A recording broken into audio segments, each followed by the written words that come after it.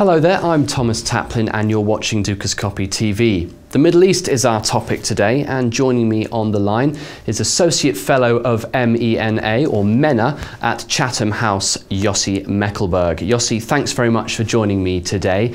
Now, first of all, can you give us an update on the talks going on at the moment between Israel and Palestine, which is being brokered by US President Barack Obama's frontman in the Middle East, Senator John Kerry.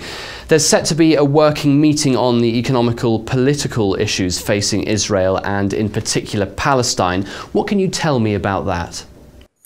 I think the main issue between the Israelis and Palestinians right now about economics is to ensure that the taxes, the tax returns that Israel transfers to the Palestinians will continue to be transferred to them, because otherwise it puts huge pressure on the Palestinian Authority. So for a change, the Americans decided to start the negotiations instead of dealing with the core issues and the principle of peace between the Israeli Palestinians, just to ensure that the Palestinian Authority won't collapse economically.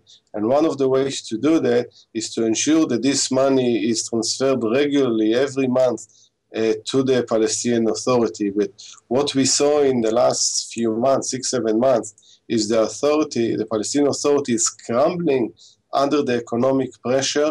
Israel is withholding this tax transfer. Depends on a decision somewhere in the Israeli government whether to reward, so to speak, the Palestinians for certain behaviors or to punish them, though it's money that it's theirs. The fear in the United States, and sometimes when there are pressure on the Palestinian Authority, even in Israel, so then all of a sudden there's an emergency, transfer money goes to Ramallah.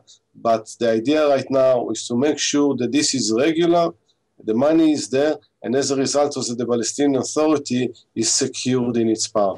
Now, John Kerry has also asked Turkey and Israel to shake hands after the botched raid on a Gaza flotilla that killed 9 Turkish activists back in 2010. Do you think the country is being indirectly used by the US and Western Europe in any way to patch up social and economical problems in the Middle East? Well, Turkey is not yet part of the Eurozone. And Turkey is in a growing economy with self-belief and self-confidence. And Turkey and Israel are natural allies in the region for many reasons, geostrategically, geopolitically, on issues like Syria, nuclear in Iran. There are a lot of reasons for them economically, the magnitude of the contracts, military contracts, civilian, tourism. All of this is significant for both of them. Unfortunately, the last 3.5 years were disastrous in the way that both governments led relations to deteriorate.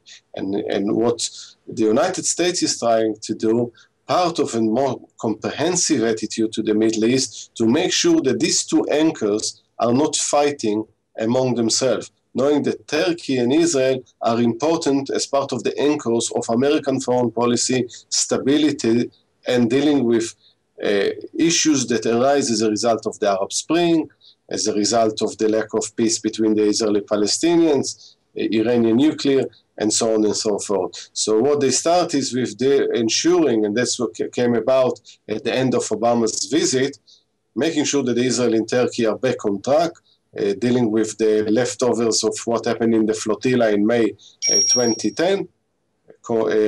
Apologies from Israel. Turkey accepts that Israeli soldiers won't be prosecuted. The blockade won't be discussed in the forum between Israel and Turkey. And the families of those who were killed on the Marmara will be compensated. And then the relations between the two will resume. And this is an important step towards Turkey playing a more significant part in the peace process, but also ensuring that other interests are guaranteed. Just looking ahead, Yossi, how successful do you think John Kerry's trip, or mission if you like, to the region will be overall? I mean, this is the 3rd trip in a month now. I think it will be a stiff learning curve for John Kerry. You are as a negotiator, as a mediator, as a diplomat, as good as your interlocutors. And it very much depends on two sides. If everyone in the region is convinced that that President Obama in his second term is more determined, and John Kerry represents a more determined, long-term looking American administration that is ready to use its levers of power in order to achieve its international aims and national interests, or it's more of the same of the first Obama administration. And also to see if John Kerry himself, he following the footsteps of someone that was on air as great credibility, Hillary Clinton. So I think it's in many ways it's a learning trip. He knows the people around, but now in his new position, he will have to assert himself, learning what are the issues, and also start forming policies and long-term strategies. And it will be very interesting in this sense to see how the region actually reacts to him and how he reacts to the region. Finally, from an economic standpoint and in regards to John Kerry's visit, what's important to you in the Middle East at the moment?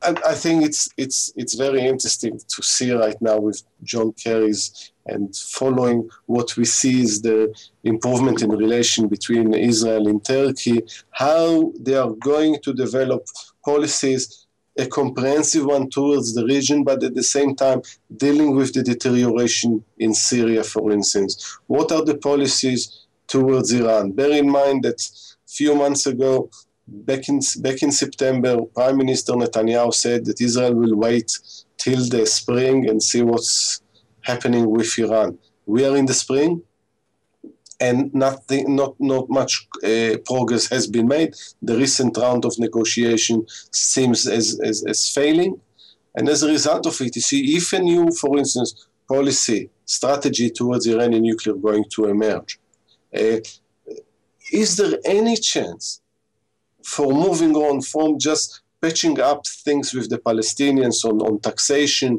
and ensuring that life is a bit more livable? Is there any chance to resume peace process based on Clinton parameters or anything along the Geneva Accord, what was discussed in Camp David, and deal with the core issues? I think this is really essential to see if John Kerry is coming not with a solution, but at least with some mechanisms in place in order to move the discourse, the decision making to deal with all these issues. This is his biggest task. Okay, Yossi, thank you very much for joining me today. Don't forget to check out our other exclusive interviews here on Dukascopy TV. But until next time, goodbye.